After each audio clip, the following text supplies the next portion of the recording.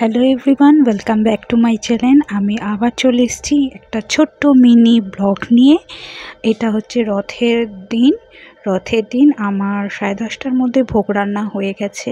11টার মধ্যে আমি পুজো নিয়ে বসে পড়েছি। এই যে আরতির থালা আমি দেখিয়ে দিচ্ছি আমার জগন্নাথ, আমার সর্বস্ব দেবদেবীকে।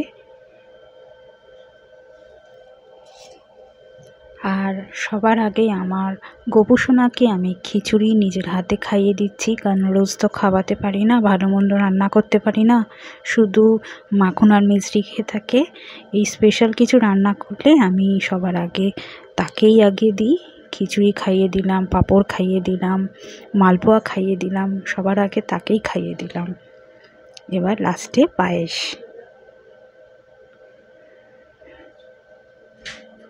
খুব তৃপ্তি করে খেয়েছে আমার গপু সোনা সেদিন। আচ্ছা, গপু খিচুড়ি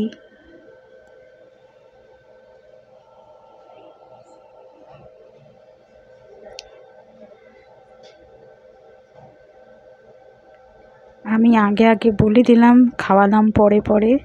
যাই হোক, তৃপ্তি করে তো খেয়েছে।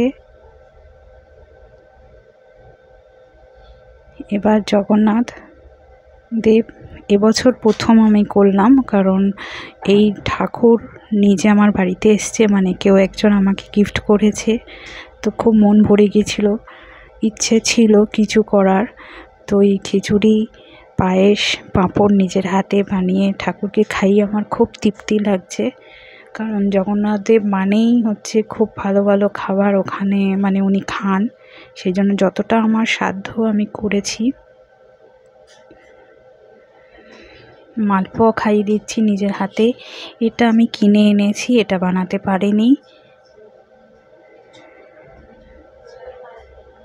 খুব ছোট্ট করে আয়োজন করেছি। আর জগন্নাথ রথের দিন স্পেশাল পাঁপড় খাইয়ে দিচ্ছি। আর গপু সোনার জগন্নাথ কারোর যেন নজর না লাগে, তাই একটুখানি নজরে করে দিলাম।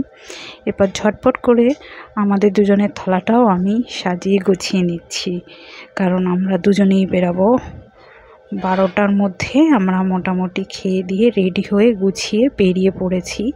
ও তো ভীষণ সেজে গুজে বেরিয়ে পড়েছে, রথের দিন বলে কথা। তো আমি একটু বললাম, তা আমি আর বেশি কিছু দেখাতে পারলাম না আমাকে। আমাদের ট্রেনও টাইমে চলে এসছে। রথের দিন বলে ট্রেনে মোটামুটি রোববারে আন্দাজে বেশ ভালোই ভিড় ছিল। বসে দেখি কিছু বাচ্চা মেয়েরা গোপী সেজে রথযাত্রা করেছে বোধহয়, নাচের। তো ভিডিওটা ভালো লাগলে তোমরাও লাইক করো, শেয়ার করো। বাই।